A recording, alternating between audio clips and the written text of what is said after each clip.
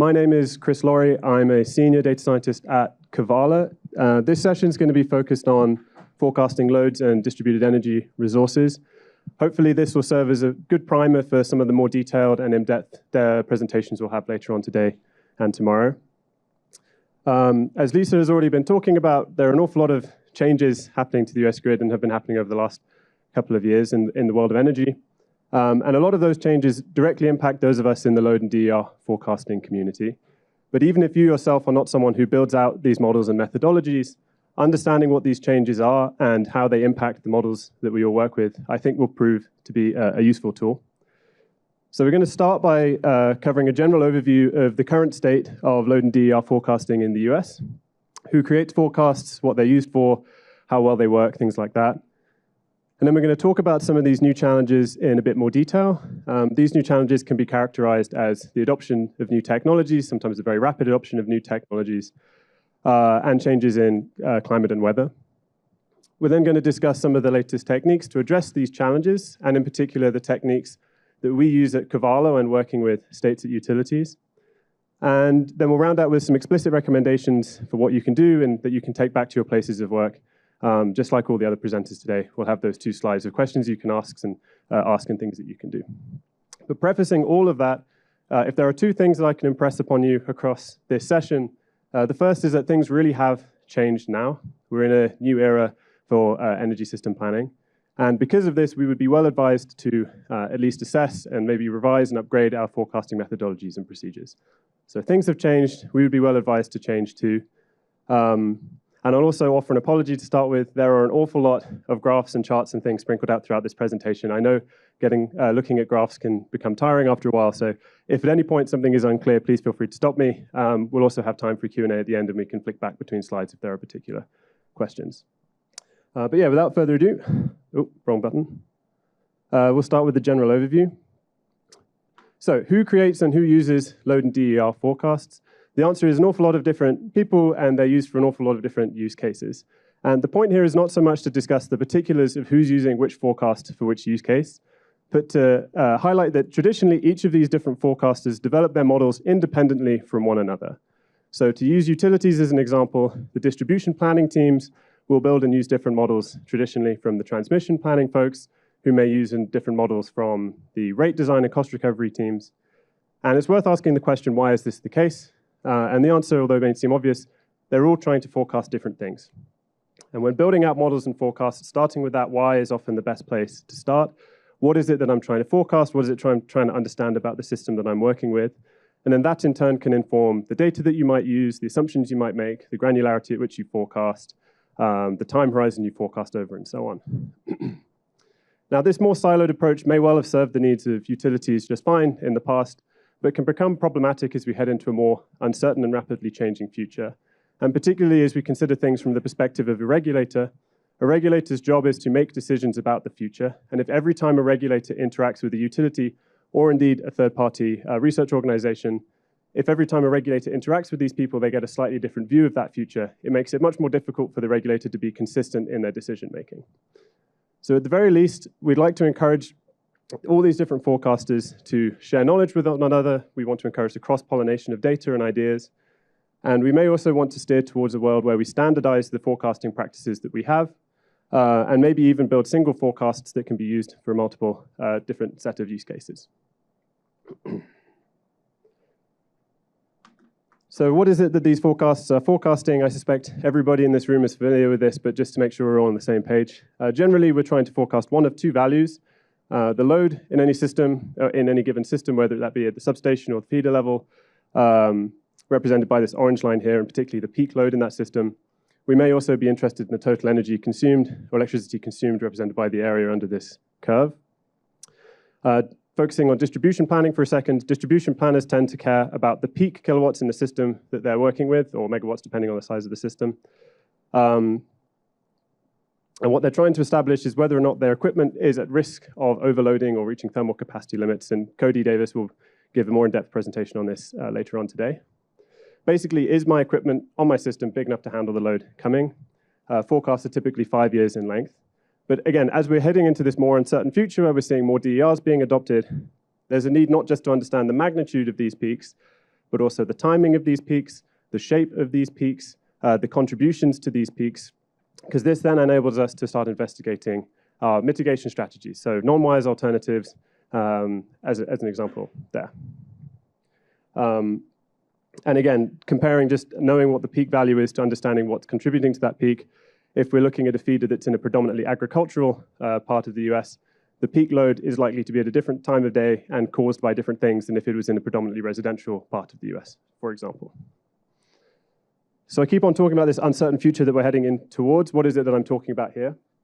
This is a chart that shows electricity end use in the US from 1975 through to 2023. And we can see from through the 70s to the early 2000s, we had this steady increase in the total electricity consumed across the country. This was during the uptake of things like air conditioning. And then from the early 2000s through to the last couple of years, things have been very, very flat. The upshot of this has meant that planners have not had to think too precisely about the future coming towards them, and that when building models, the past tended to be a very good representation of the future. This is now ending. This chart has not been updated, or at least I couldn't find an updated one. But the value for 2024 has been released, and we saw a 2% increase in total electricity consumed in 2024 relative to 2023. And there are forecasts suggesting that we'll see a 2% compound on that again in 2025, the year we're currently in, and a 2% compound on that again in 2026, largely attributed to data centers and building electrification and electric vehicles in the US. So we may be at the start of this swoop upwards in terms of electricity consumed in the country. Obviously, this is at a macro scale. But we're at a position now where forecasting is becoming ever more important to do well, but also more and more difficult to do well because we're being faced with things that have never really happened before. So given that we've been in this flat period, it's worth asking the question, how well have these forecasts worked or performed? Every year, the Federal Energy Regulatory Commission, or FERC, requires utilities and other groups to project their peak demand 10 years into the future. And this figure summarizes a variety of the forecasts submitted to FERC. It was put together by RMI. I'm not sure if we have any folks from RMI in today, but it's a really great figure, and I think they're going to release an updated one soon. And each of these lines indicates by what percentage on average the forecast in question deviated from the actually realized load. So how far off was the predicted load or forecasted load from the actually realized load?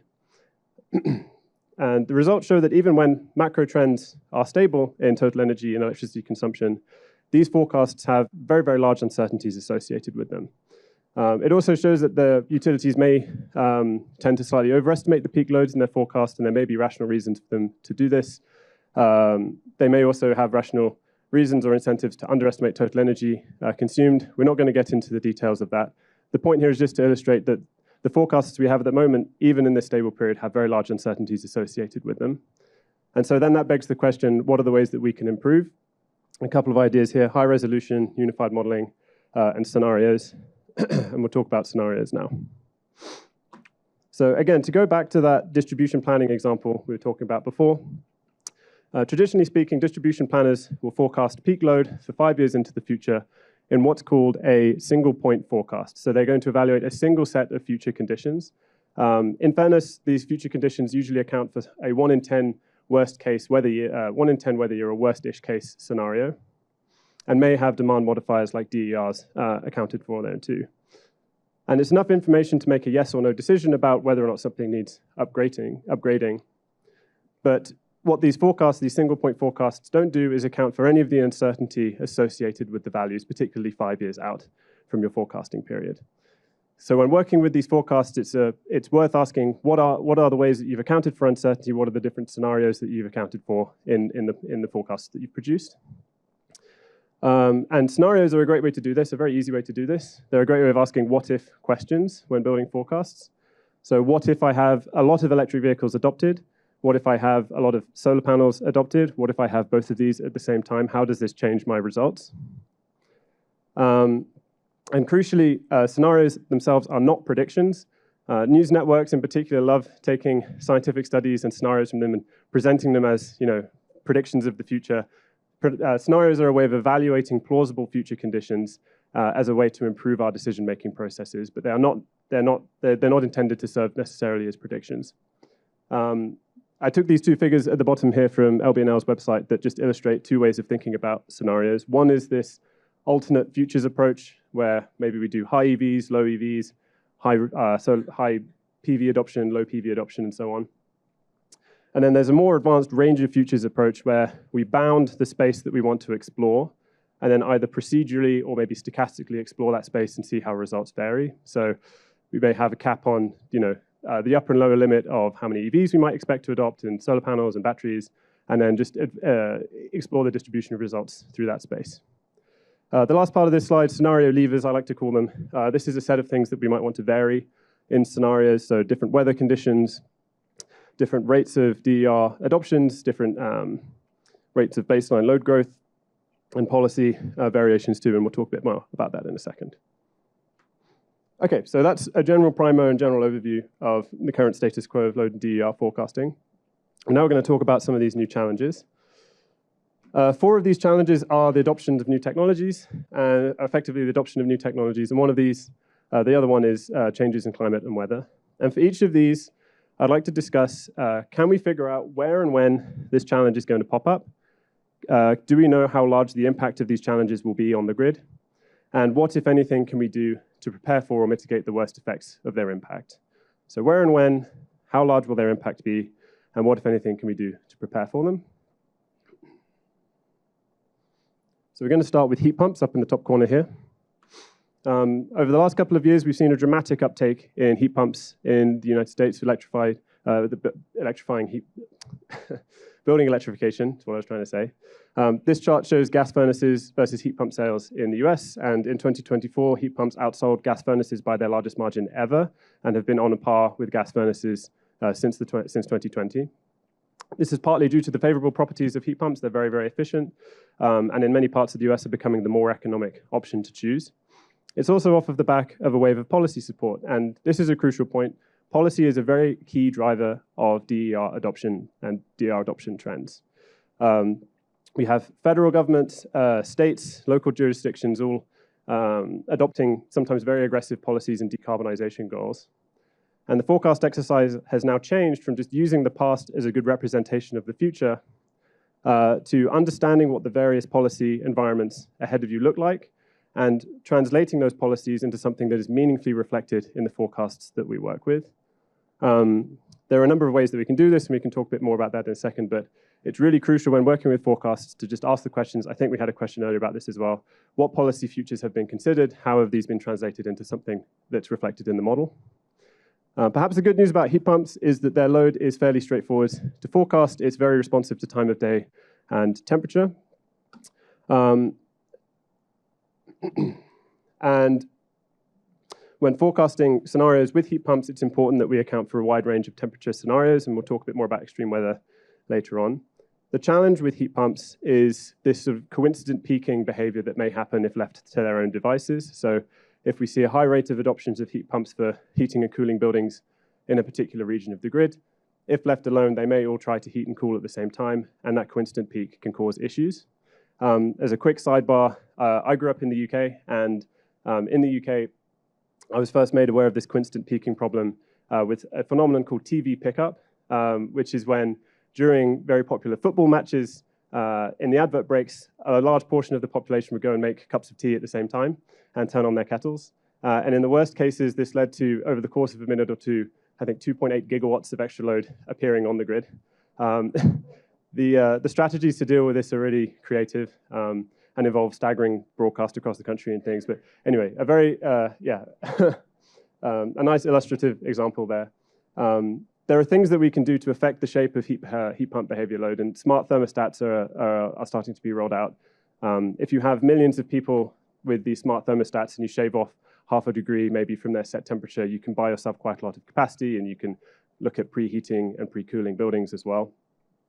Although this isn't the silver bullet, a lot of people like to claim that it is, partly because the peak load in distribution systems and territory-wide systems usually occurs on the string of hottest and coldest days in the year.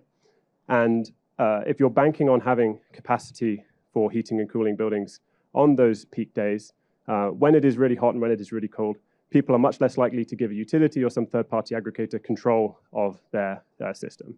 So a lot of that capacity that you're banking on may well evaporate during those peak times, and you may run into problems. Other things we can do, we can incentivize energy efficiency upgrades. I really am a big proponent for energy efficiency. If anyone wants to talk about energy efficiency, please find me afterwards. And the more expensive option is starting to incentivize battery storage co-located so that we can charge up the battery and have the battery heat and cool the building instead of just pulling from the grid. But a real challenge that we need to be aware of and start preparing for. Transportation next. So just like with heat pumps, we've seen a dramatic uptake in the number of electric vehicles in the US over the last couple of years. As of 2024, 10% of new light-duty vehicles sold came with a plug. They were either fully electric or plug-in hybrid. And this is not just isolated to light-duty vehicles. Medium and heavy-duty vehicles are in the process of electrifying too. So Amazon, across a lot of the US, have electrified their delivery fleets. We're seeing electrified trucking and freight as well. And Nancy Ryan tomorrow will give a really great talk on electric vehicles and the challenges there in a bit more detail than this. Just to put a number on it, we have about 4.5 million EVs in the US right now out of about 280 million vehicles. So still quite a small fraction. But as this rises over the next couple of years, we're going to see a number of really big challenges, if for no other reason than the electric grid in the US was never designed or intended to be the fuel source for transportation. So this is a real problem that we need to be prepared for. At Kevala, we like to break vehicles into 3 groups: personal fleet, public workplace, and corridor. Or the last one of these is just charging. And the load shapes vary significantly by use case. Excuse all of the different lines here. They're to do with different scenarios and different proportions of managed charging from a study that we did. Generally speaking, if left to their own devices, personal vehicles will charge in the later afternoon when people come back from work. Generally speaking, fleets charge slightly after that. But fleets in particular are very, very challenging to model because they vary significantly by use case. It's not a one-size-fits-all solution. A school bus fleet charges very differently to an Amazon delivery fleet, and even different fleets of the same type in locations may have different charging characteristics and patterns. And then public workplace and corridor charging tends to be a bit smoother throughout the day. And again, just like heat pumps, there are things that we can do to affect the shape of this load. One of the methods that we have here that are being rolled out at the moment across the country are time of use rates. So where the price of electricity that you pay varies through the day, and the utilities will give you a cheaper rate of electricity if you charge during the times when the grid is most, when you avoid charging during the times when the grid is most stressed. We tend to see really good uptake in these programs because consumers can save a decent amount of money compared to a baseline rate. But they're, again, not the silver bullet that we might think that they are. This is a study put together by Energy Hub.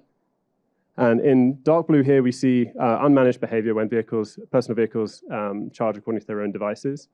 And in the light blue here, we see the behavior exhibited when people were charging on a time of use rate. Time of use rates are, the charging is usually controlled by some software that automatically kicks in as soon as the time of use rate begins. And so instead of having this steady stagger of people arriving back from work and plugging in, lots of people will charge at the same time as soon as the time of use rate kicks in. This can cause a snapback peak or a secondary peak that in some cases can be greater than the peak you are trying to avoid in the first place. This may or may not be a problem depending on the conditions of the grid at the time that the peak occurs, but there may be more work to do here to incentivize a staggering of charging also on these time of use rates as well. As well as accurately capturing the load shape from these electric vehicle chargers, it's important to capture where these vehicles are popping up. Regulators and forecasters typically just think in terms of number of chargers, but we need to start thinking about where specifically these chargers are going to pop up. One of the standard ways of doing things at the moment is to take, for instance, a substation, take all of the feeders on that substation and look at the customer class, the counts of customers on each of these feeders, and then allocate a target of DERs according to the proportion of customers on each of these feeders.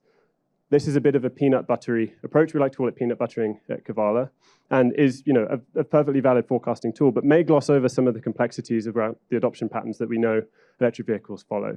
So you might see some sections of the grid that see much higher rates of adoption, some sections of the grid that may see much lower rates of adoption, particularly in the shorter term. And if you're making decisions off of this peanut buttered approach for investments, you may upgrade the grid in places that it's not needed, and you may decide, or you may not sufficiently upgrade the grid in other places. So understanding where your customers are, understanding who's most likely to get these vehicles is really important. And it also allows you to start investigating complementary DER systems. So this is a simplified example of co-locating some maybe public EV charging with some community solar so that one can offset the other. As an example of something a bit like this, in Oakland, they recently electrified their fleet of school buses, and they electrified them with vehicle-to-grid interface. So the school buses go and drop the kids off in the morning, come back and plug in, and can soak up excess solar generation if there's lots of that going around, or if it's been a string of really cloudy days and it's really hot or something, these batteries in the school buses can also support the grid as well. So a lot of these vehicle-to-grid schemes are being piloted at the moment. There's some skepticism about how influential and impactful they will be, but it's great that we're starting to look and investigate in these more advanced techniques. And again, Nancy Ryan tomorrow will give a more in-depth discussion and presentation on V2G. Industrial load process now. So industrial load is really, really challenging to forecast. We have a saying at Kevala that if you've seen one industrial load profile, you've seen one industrial load profile. It varies significantly by use case. It varies significantly by weather, by location. And this is a really, really great challenge. And to just illustrate this example, this concept, we may be wanting to forecast agricultural load. And if we were doing agricultural load for a feeder that's in California, we might expect the peak there to be driven by the irrigation of crops sometime in the earlier part of the year. If we were looking at a similarly sized agricultural premise or a feeder in an agricultural area in the Midwest, we may expect the same sort of peak to be driven by grain drying in the fall rather than in the spring. So completely different drivers of peaks, completely different behaviors. And even in the case that we have what I consider the gold standard, if we have AMI data for an industrial premise, that can still vary significantly as well through the time, depending on what DERs are adopted and what policies are in place to incentivize behavior, what economic factors look like. The challenge with industrial load is not so much knowing where it is. We have a good sense of where industrial premises are. Although having said that, we're now in an area where we might start, where we might start seeing the repatriation of manufacturing to the US, so we may have a growth in industrial load as well. And a significant portion, just as a third point here, a significant portion of the industrial processes in the US use what's called low temperature heat or heat below 200 degrees C. This is things like textiles, like tobacco, other industries. Heat's quite important. It's not uncommon for this heat to be supplied by natural gas at the moment, but again, as economic factors dictate, this sort of temperature can be produced by heat pumps, and we may start seeing the electrification of these heat processes as well. This is something we may want to account for too, given how much of the energy in the US industrial processes consume. Data centers next. So the US has a little over 5,000 data centers, last I checked. This is significantly more than any other country. The US is really leading in this regard. And they're popping up all over the place. I think there was about 20 gigawatts of data centers as of 2022. And there are all sorts of sensational forecasts about how much load we're going to have from data centers coming in the future. There are huge uncertainties, I think it's fair to say, still here with how much load we can expect from data centers coming in the next couple of years. There is uncertainty on the demand side. I think it's fair to say we don't really know how prolific these tools are going to end up being. They may be as prolific as OpenAI and Microsoft want us to believe, or maybe they won't be. And there's huge uncertainty as well on how power hungry these models and tools will be as well. Traditionally, or at the moment, the companies that produce these models improve them by throwing more compute at them, make them consume more energy and electricity. But we've seen in the last couple of months new models being released that are as performant or more performant than the best in class and use orders of magnitude less electricity. So there may be ways in the future where we use these tools and they're not nearly as power hungry as they seem. With respect to load profile from data centers, this is a slightly deceptive graph. It's got a broken y-axis, so these profiles are flatter than they look. Data centers like to run more or less at full whack around the clock. Their load is responsive to temperature because a big part of running a data center is keeping the computers cool, and the hotter it is outside, the harder it is to do that. But their flat profiles make them very, very attractive to third-party retailers. And even though data centers are unlikely to end up on the distribution side of the grid due to their size, data centers tend to be tens to hundreds of megawatts, which is the size sometimes of a small city. they're unlikely to end up on the distribution side of the grid. They can still cause upstream constraints and capacity shortages. Excuse me. Capacity shortages for consumers, which introduces complexities in planning. And just to try and illustrate this concept here, we can imagine that this is the 24-hour generation mix for some part of the US. This chart, I think, is showing California. And we can imagine a world where data centers are built very, very quickly and are trying to take generation resources that may otherwise be serving customers at the moment. So Amazon has been trying to strike a deal with the Susquehanna nuclear power plant as an example. Microsoft is trying to restart 3 Mile Island. And so what would this mean? So a data center comes along, and we can imagine that this section of the graph, maybe this nuclear power, goes to entirely serving a data center. Well, we're still tasked with serving the overall distribution, the overall system demand, this red line at the top. And we now have fewer resources, fewer generation resources to meet this load. There may be room to scale up other generation assets to meet this load, but during the times of peak demand, if we're running short on capacity, we may run into problems. And one of the things we may want to do is incentivize the adoption of more DERs at the distribution level to help lower the peak demand, perhaps, and maybe even generate some power to help serve the load that may be going to other data centers.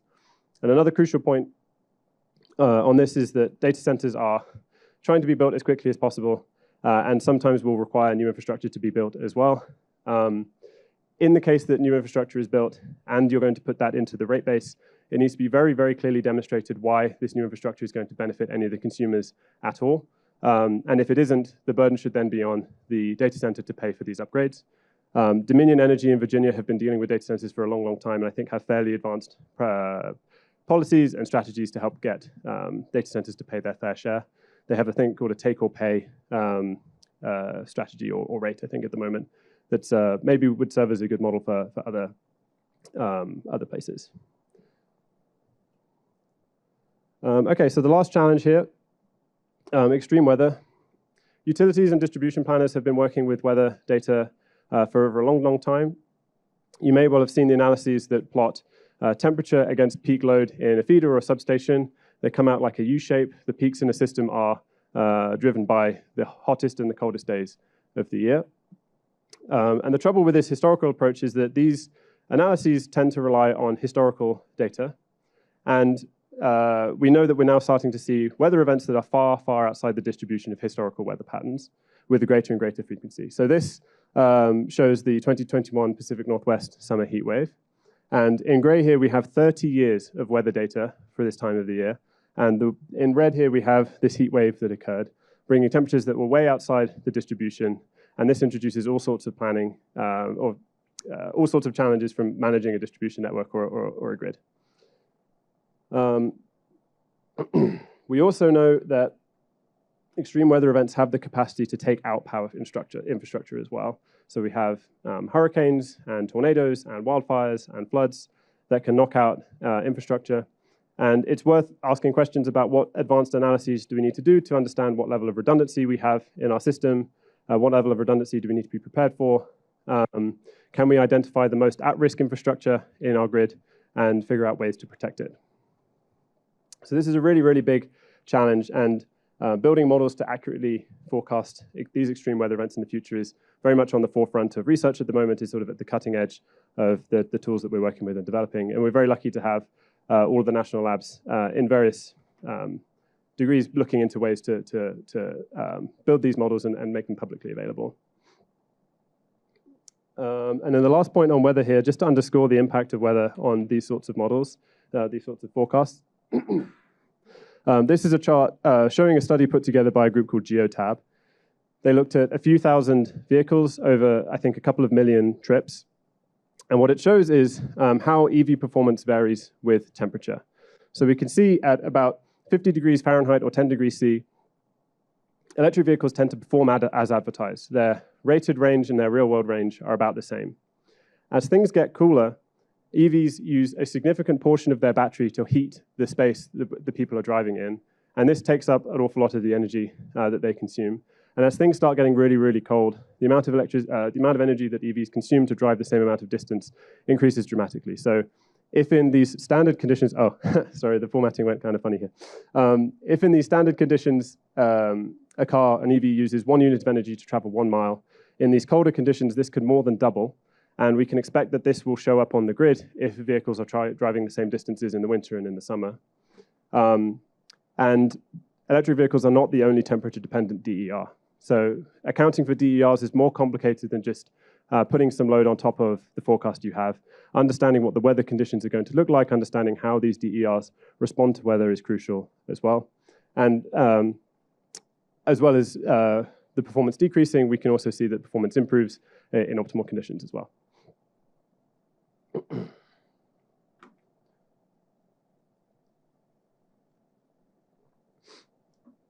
Okay, so we've spent some time orienting on the status quo and some time talking about the latest challenges.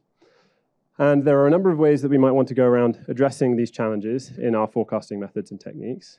And I'm going to walk through an approach that we've taken at Kevala called bottom-up forecasting. And I'm going to talk about it as matter-of-factly as possible in the context of work that we've done with other utilities and regulators. But it's worth noting that there are a number of other strategies we might want to take to address these challenges, and this is just one of the approaches that I've spent most of my time working on. So we're going to describe the process of bottom-up forecasting and then some of its advantages through the next section. So what is bottom-up forecasting? And I apologize again, I said there would be lots of charts, so bear with me. Bottom-up forecasting, rather than looking at the system level and then forecasting load out, or looking at a feeder and forecasting load out, you start at the customer level, and you forecast load at the lowest level possible, and then aggregate upwards to the level that is most useful for you and your analysis. So how do we start this process? We start by ingesting as much information about the region that we're forecasting for as possible. So let's say we're forecasting for some service territory. We'll want to know how many customers are in that territory. We want to know what kind of buildings they're in, what customer class these buildings are, how big these buildings are. In the case that there is AMI data for these buildings, that's a really useful thing to ingest as well, because it helps improve the robustness of the forecasts we do for base load. And in the case that the people we're working with have data on what their grid looks like, where the feeders are, what rating these feeders are, where the substations are, and so on, that's a really useful thing to ingest as well. But this orange box up in the corner encapsulates an awful lot of complexity in a really, really difficult task. We'll see in a second for an example study in California that if you're working in a large enough service territory, this task of ingesting data is really, really difficult and requires really talented data engineering teams and really, really advanced data engineering processes. It's a very data-intensive process. But so we've captured all of the data. Let's go along the top first. What we'll then do is for each of these customers, one by one, forecast their base load for however long it is that we're running the forecast for. Usually at Kevala, we do forecasts over 15, sometimes 20 years, and we'll forecast hourly load at every single one of these customers individually for that time period. And again, this produces an awful lot of data and is very, very data intensive and requires really skilled people who know what they're doing and how to manage such large quantities of information. And these base load forecasts will be responsive to certain weather scenarios. So we'll have maybe standard weather conditions and extreme weather conditions, and that will affect the shape and the shape of the load that is forecast. Carrying on, for each of these customers, we'll then estimate the demand modifiers, which means DERs usually. So where are electric vehicles going to pop up, and what will their behavior look like? Where are solar panels going to pop up? What will their behavior look like? Where are batteries going to pop up, and so on and so forth. And we'll also forecast load growth, which looks like new buildings connecting to the grid as well.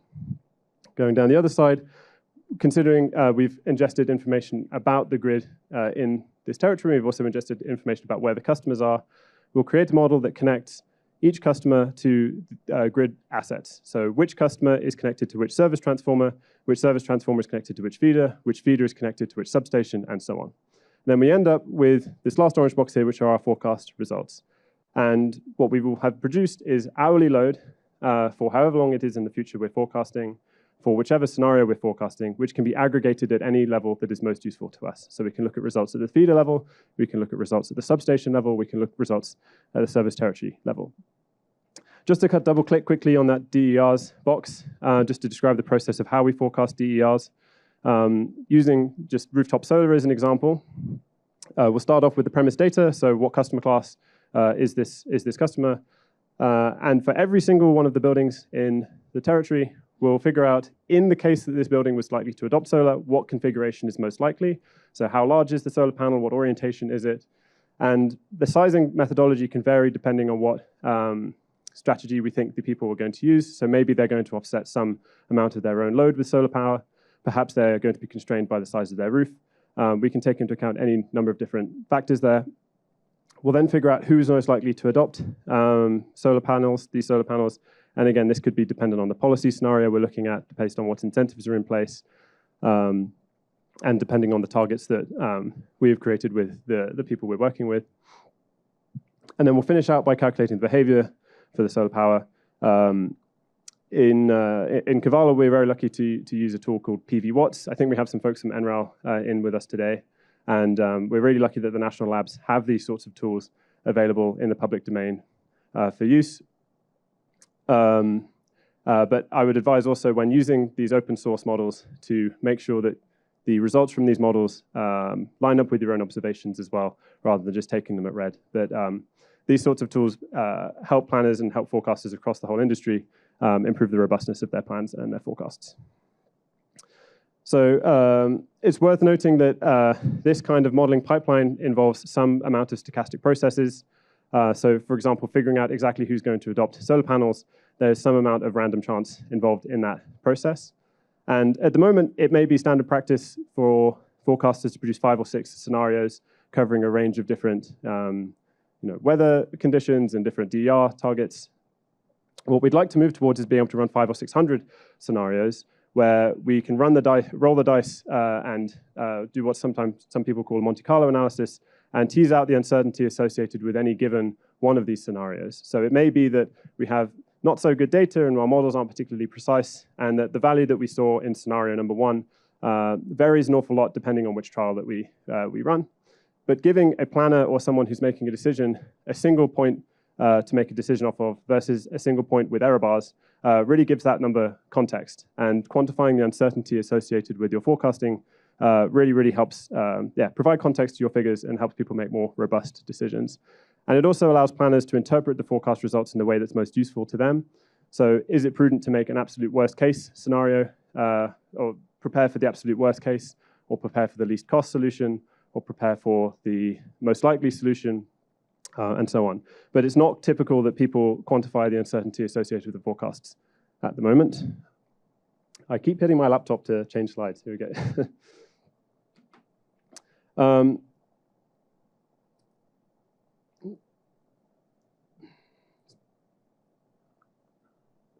So this is a slide that illustrates what we were talking about just a little bit earlier.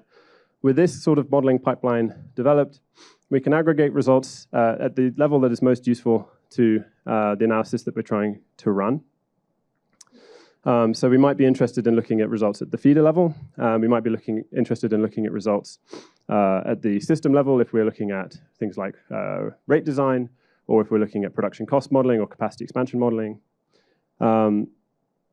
And we found that regulators tend to respond well to this kind of approach. The way I like to think about it, and I'll also say that I'm alone in this sort of analogy at the moment, but this kind of modeling pipeline I like to think of as a big tree, and different analyses can be branched off depending on what's most useful to you.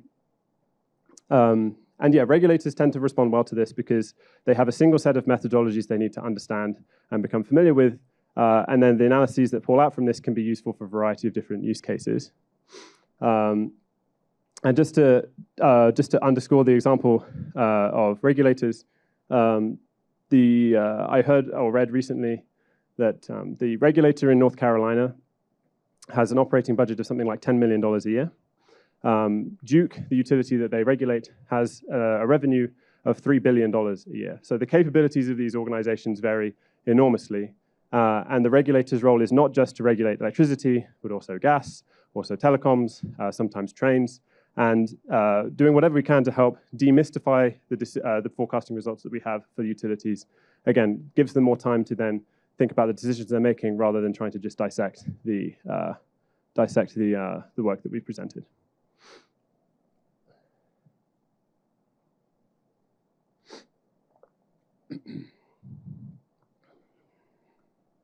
And on the topic of regulator buy-in, Full transparency is something that is worth advocating for as well. It's not uncommon for forecast results to be totally opaque, or forecasting methodologies to be totally opaque, or to be presented but to be so technical in nature that you need a degree to understand what's happening. And so at Kevala, we advocate for fully transparent methodologies in a way that are interpretable to all sorts of different people. And providing answers to the questions like, how have you generated your DER targets? How have you accounted for weather? How have you generated behavior? And making these things as explicit as possible. And welcoming feedback on ways that we can improve. And working in tandem with states and utilities, since they know their own forecasts, their own territories, and their policies better than we do. The last point on this is that a lot of utilities tend to meter at all levels of the grid. And so if you have this bottom-up forecast where you're aggregating upwards, you can compare your aggregated results to the observed metering data, and then you can start investigating losses throughout the system as well. So there are a number of really interesting things that you can do with this kind of approach. And then last slide for this section, understanding your customers. So when utilities and distribution planners are experiencing load growth, typically there's a need to build new infrastructure. And it's worth asking the question, when building new infrastructure, who and what are you building new infrastructure for? We had that example with electric vehicles earlier, where we know that the adoption patterns for electric vehicles are more complicated than just everybody adopts a little bit in concert with one another. So yeah, having this granular approach allows you to investigate certain characteristics of customers, allows you to investigate what specifically the issues they face might be. And in the case that you have regionally specific policies targeting certain DER adoptions, allows you to implement those as well. So perhaps in the city there are additional incentives for building electrification or other DERs. It also allows you to investigate the impact of billing. It also the cost of outages varying between different sections of the grid as too. So yeah, being able to drill down to this level provides a number of benefits that we might otherwise have obscured from us. Okay, so last couple of slides here. I think I'm running up on time. So I'm just going to whiz through these. These are meant also to serve more as a resource for you after the fact. So we've got two studies that Kevala has done, one with the CPUC in California and one with Excel more recently. And I've left links to the reports for both of these in these slides as well, and some summary text about the key findings. In those reports, you will find the methodologies for each piece of these sorts of forecasts spelled out in no uncertain terms. So if you're working with another forecaster and you want to have a point of reference for how to do solar panel modeling or electric vehicle modeling or battery modeling or baseline load forecasting, you can find in these reports a reference to at least work off of. So first of all, the California Public Utility Commission study looks like we, the text is sliding off the bottom there a little bit too. No big deal. We did this study with the CPUC. I was really lucky to be a part of it. We modeled every building in California across the 3 IOUs over a 15-year time period. And we modeled at an hourly resolution for each of these buildings. This required ingesting over 100 terabytes of AMI data. So this is an awful lot of information that we need to have carefully organized and to process. This was for over 12 million premises across PG&E, SE, and SDG&E. We included electric vehicles, building electrification, rooftop solar, batteries, and energy efficiency as the DERs that are adopted. And we forecast across a variety of different scenarios. So we had a base case that was informed by IEPR's report. And then we had high electrification and accelerated electrification, comparing existing and modified tariffs. And these tariffs affected the rate of the payback period for some of these technologies like solar panels. And what we found was that across all of these scenarios, the cost of upgrading the grid to keep up with this rate of electrification was really, really high. And that this was being largely driven by electric vehicles popping up and being charged in an unmanaged way. So each of these scenarios just considered unmanaged charging for electric vehicles and produced these really scary numbers for total upgrade costs. And then this is just another slide here, just showing what the electric vehicle behavior looks like and how personal light-duty vehicles dominated load growth. But the upgrades we also observed tended to be quite localized and specific to the time through the forecast as well. So yeah, there are more details in the report. Happy to talk afterwards as well if people have more specific questions about the CPUC. But in the interest of time, we'll talk about this one too. So this is a study that we did with Excel quite recently. Excel produced a figure for their upgrade cost on the distribution system plan. And we at Kevala did our own analysis, and the headline figure here is that our figures at Kevala lined up, broadly speaking, with Excel's figures. So it's nice to have given that number some context, and people making decisions about what to approve or not can feel more confident that people have done their homework in this regard. And again, just like in California, we ingested AMI data for each of the premises where it was available. We looked at over 1 million different service points. We forecasted a variety of different DERs across 6 different scenarios, looking at policies set by the state, and also with varying amounts of managed charging for electric vehicles. The key finding here, this is the last graph, I promise. This shows the percentage of feeders across the territory that we looked at, peaking in winter in blue, the percentage peaking in summer in orange, and then in another month represented in green. And across all of the scenarios, what we find is that we're seeing a shift from summer to winter peaking, and that this is being driven by migration away from natural gas for heating to heat pumps for heating, and also being driven by electric vehicle behavior, charging behavior changing through the year. And as electric vehicles are adopted, and we have that impact of the cold temperatures coming into play, we're seeing a peaking, the peak shifting to the winter for those reasons too. There are some notes there about ways that we can improve the way that we modeled community solar, but this shift of peaking introduces a whole variety of different challenges to planning processes that haven't had to account for a winter electric peak before, and also a whole bunch of challenges about how to manage gas infrastructure in a world that's moving away from it. So really privileged to get to work on these studies with these utilities, and always interesting to see what the findings are. Okay, so last 2 slides here. Just like Natalie said earlier, every presentation across today and tomorrow will have these last 2 slides about what states and utilities and commissions can do. So I won't read, we can just skip these as well, So please feel free to read these in your own time. If you have any questions, then please just, come find me, and I'm happy to answer. But thank you very much, and happy to take any questions, do my best to answer them. So,